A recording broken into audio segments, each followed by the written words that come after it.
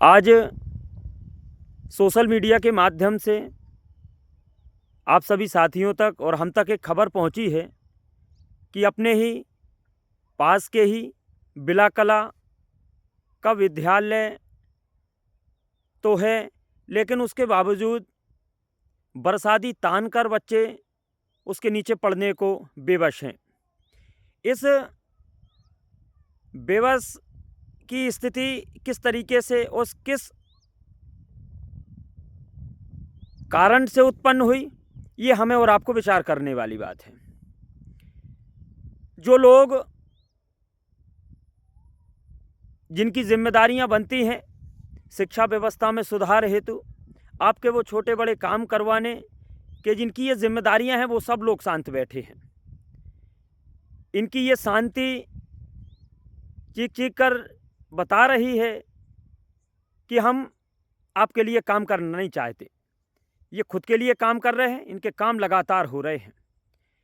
क्षेत्र के जो अपने विधायिका हैं वो पूर्व में अध्यापक रह चुकी हैं, लेकिन माननीय क्षेत्र की विधायिका से मैं पूछना चाहता हूं कि शिक्षा व्यवस्था जो ठप पड़ी है, शिक्षा का मंदिर लगभग हर जगह के लगभग टूटने को हैं, इसके सुधार हेतु आपके द्वारा क्या प्रयास किए जा रहे हैं, पूछना चाहता हूं। क्षेत्र के जो भी जनप्रतिनिधि हैं, चाहे वो सरपंच हों, जब आप चुनाव क्षेत्र में होते हैं तो जनता से आप घर घर जाके बोलते हैं कि आपकी शिक्षा व्यवस्था हेतु, आपके छोटे बड़े सब काम हेतु पूरी ईमानदारी से काम किया जाएगा, लेकिन नहीं, ऐसा नहीं हो रहा है।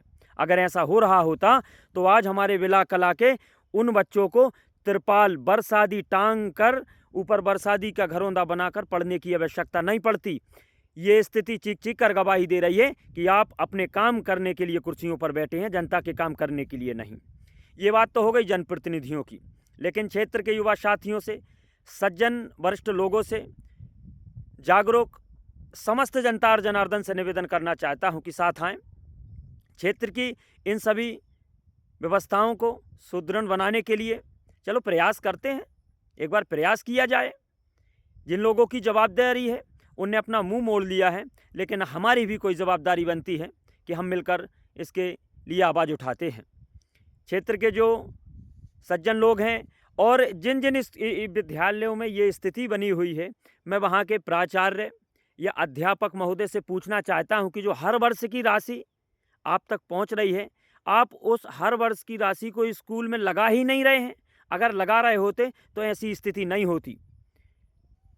अब इस स्थिति जो उत्पन्न हो गई है, ये जो बन गई है, समस्त क्षेत्र की बात है, किसी एक बिला किला गांव की बात नहीं कर रहा हूं, लगभग हर गांव की। बताइए आप, मैं आपको बता दूं कि मैं लगभग ऐसे सैकड़ों गांव हैं अपने क्षेत्र में, मैं अपने क्षेत्र की बात कर रहा हूं। अपने ऐसे सैकड़ों विद्यालय हैं जहां पर स्थिति माने डमाडोल है, कभी भी कोई भी बड़ी हानि हो सकती है।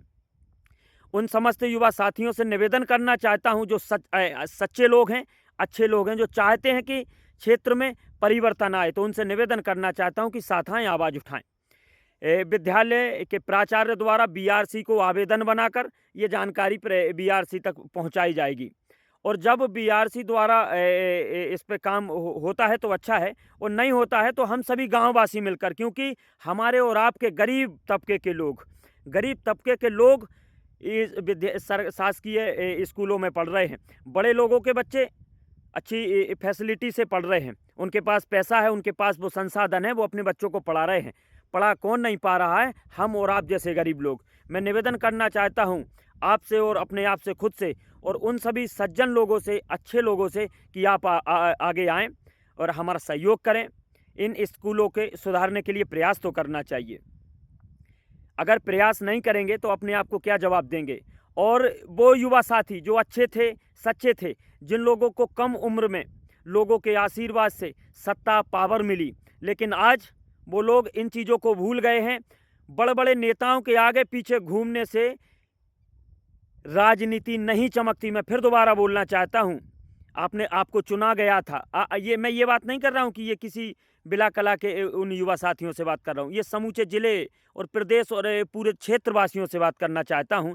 वो युवा साथी जो कम उम्र में आपको गद्दी मिली, आपको पावर मिला, आपको वो नाम और शोहरत मिली, जनता के काम करने की जवाबदारी आप पर आई, लेकिन आप बड़े बड़े नेताओं के आगे पीछे चप्पलें चटका रहे हैं साहब। चप्पलें चटकाने से राजनीति नहीं चमकती। अगर राजनीति चमकानी है तो लोगों के लिए काम करिए, सहयोग करिए। ये आज हमारा प्रयास है कि ये जो शासकीय विद्यालय, जो ठप पड़ी बिल्डिंग है, जर्जर हो चुकी बिल्डिंग है, इनके सुधारे से प्रयास किया जाए। निवेदन करता हूँ, साथ मिलकर आवाज़ उठाते हैं, परिवर्तन के लिए अलख जगाते हैं। जय हिंद, जय भारत, वंदे मातरम, भारत माता की जय। धन्यवाद साथियों।